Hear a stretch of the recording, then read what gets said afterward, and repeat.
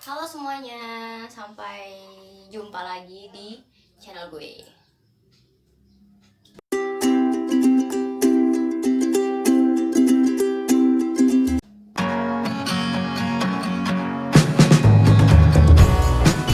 Kali ini gue bakal ngomongin tentang TOEFL. Karena banyak loh yang belum tahu tentang jenis-jenis TOEFL itu sendiri. Nah kali ini gue mau ngomongin tentang 5 jenis TOEFL yang harus kalian ketahui. Karena ya emang sebelum ini gue tuh bingung gitu loh, TOEFL tuh kenapa banyak banget sih jenisnya, apa aja sih jenisnya. Yuk langsung kita bahas. Sebelumnya, apa sih TOEFL itu? Ya kelihatan nyantai gak sih gue? Jadi TOEFL itu kepanjangan dari Test of English as a Foreign Language.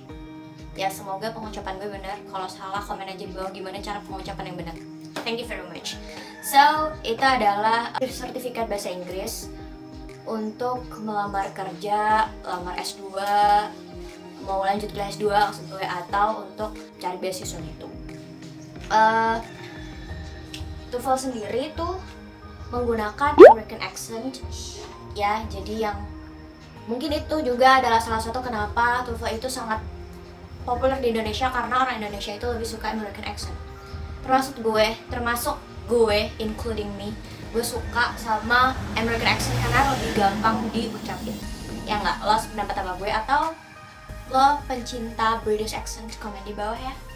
Oke, daripada lama-lama kita membicarakan hal yang seperti ini, langsung aja lah ke jenis-jenis TOEFL. Yang pertama itu ada TOEFL PBT. TOEFL PBT, Paper Based Test.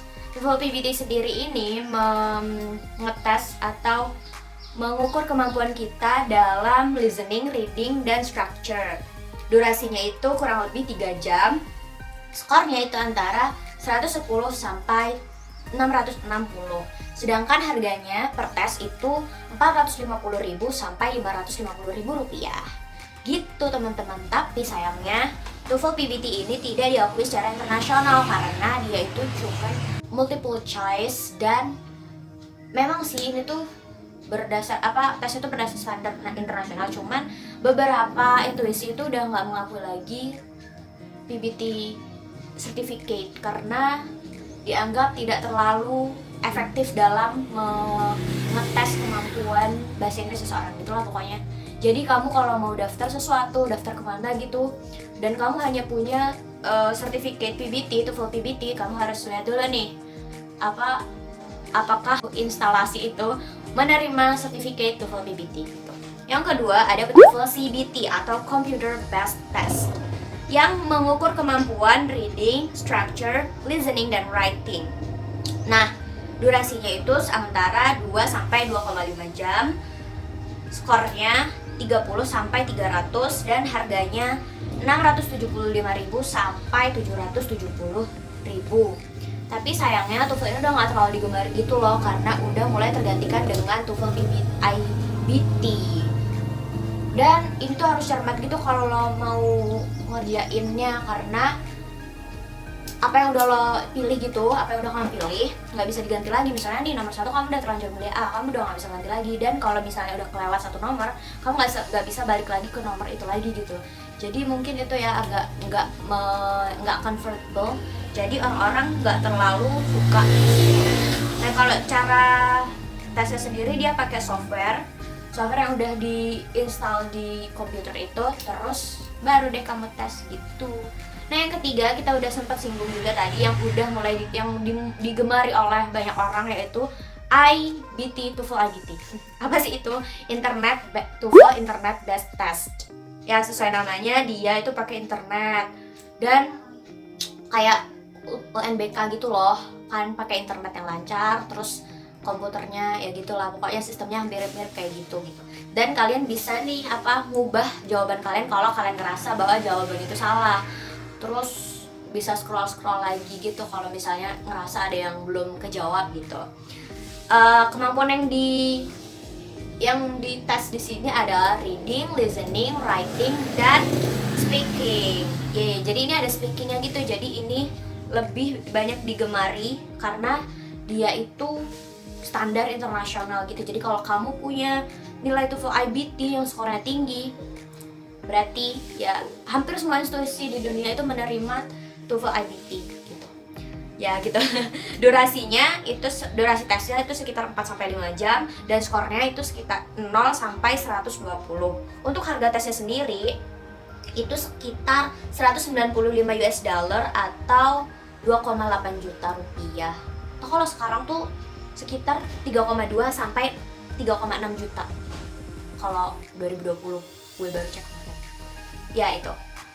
Jadi kalau yang lebih disarankan adalah memang untuk tes TOEFL IBT. Memang lebih susah karena itu tadi ada speakingnya dan ada writing yang dia benar-benar kamu tuh harus writing esai yang panjangnya tuh ya gitu sesuai topik gitulah. Yang keempat ada TOEFL ITP atau Institutional Testing Program. Nah, sesuai namanya ini tuh diadakan oleh institut atau lembaga terpercaya yang biasanya itu perguruan tinggi gitu loh. Dan soalnya itu dia berikan berdasarkan standar internasional. Cuman TOEFL ITP ini mirip-mirip sama TOEFL PBT. Dia tidak diakui secara internasional gitu loh. Jadi kamu harus itu tadi harus cek lagi yang kamu tuh mau gunain sertifikat ini untuk apa gitu. Jadi harus cek dulu apakah ini tuh sesuai dengan yang mau kamu teskan. Oh iya, yang dites di TOEFL ITP ini ada 3 juga, yaitu listening comprehension, ada structure and written expression, dan reading comprehension, ya itu ya. Nah, masing-masing ini soalnya berjumlah 140 soal dengan durasi sekitar kurang lebih 115 menit. Untuk skornya sama juga kayak TOEFL PBT, 310 sampai 677, dan harganya sekitar 500.000 sampai 550.000 rupiah per tesnya. Gitu teman-teman. Dan lagi-lagi harus dicek karena ini tidak berstandar internasional. Yang berstandar internasional yang diakui hampir seluruh institusi tadi ya cuma TOEFL IBT. Oke? Jadi, tapi ya memang lebih paling mahal gitu, harganya 3 sampai 3,6 juta gitu teman-teman. Nah, yang kelima nih, sebenarnya tes ini tuh bukan tes official, yaitu TOEFL Prediction TOEFL. Jadi Prediction TOEFL ini bertujuan untuk mengetes nih apakah kamu tuh udah besar belum apa nilainya gitu, kayak tryout gitu lah. Kalau UN kan bakalan ada tryout, terus waktu UTBK juga kan banyak tryout UTBK. Nah, ini sama gitu.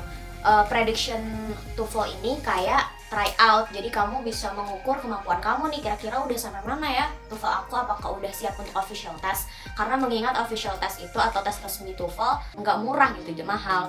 Jadi kamu harus prediction test dulu biar mengetahui kemampuan kamu, baru kamu nanti tes yang official. Kalau misalnya belum cukup nih, misalnya kamu bisa belajar lagi terus lebih giat untuk bisa cepet-cepet tes official gitu teman-teman. Jadi itu adalah 5 jenis TOEFL. Semoga kamu lebih memahami lagi setelah menonton video ini. Dan buat teman-teman kamu nih, kan ada nih yang malas baca ya gitu, malas cari di web tentang pengertian TOEFL gitu, kamu boleh share nih video ini ke teman-teman kamu itu. Tambah nih informasi dari EF atau EF itu apa ya? Nanti aku kasih tahu EF itu apa ya. Dari EF Blog, TOEFL ITP digunakan untuk placement test dan tes evaluasi di lembaga-lembaga bahasa. Ya itu tadi kayak di universitas-universitas gitu. Dan yang kedua, bagian dari program pendidikan, pelatihan, dan pengembangan karir dari lembaga pemerintah seperti Departemen Pendidikan Luar Negeri dan Pusat Pelatihan, Bappenas, BKPM, Departemen Perdagangan, serta Bank Indonesia.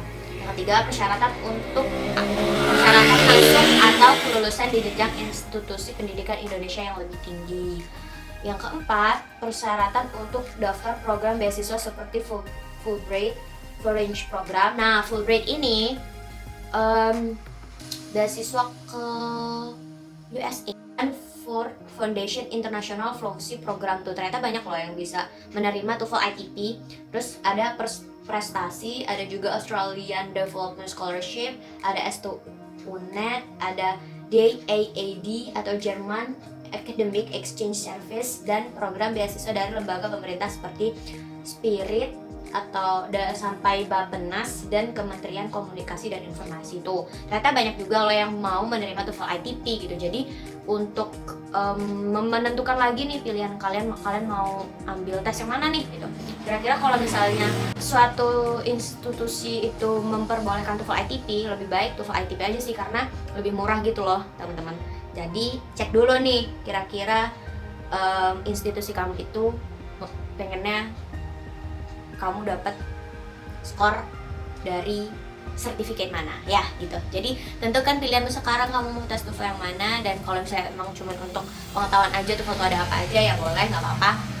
Dan jangan lupa nih subscribe channel ini untuk mendukung berjalannya channel ini, dan like juga kalau kalian suka. Kalau nggak suka dislike aja, terus komen juga di bawah kenapa kalian nggak suka sama video ini, biar kedepannya gue bisa memperbaiki lagi video-videonya ya gitu deh teman-teman. Makasih udah nonton, bye. Dan soalnya itu diberikan mengikuti standar internasionalnya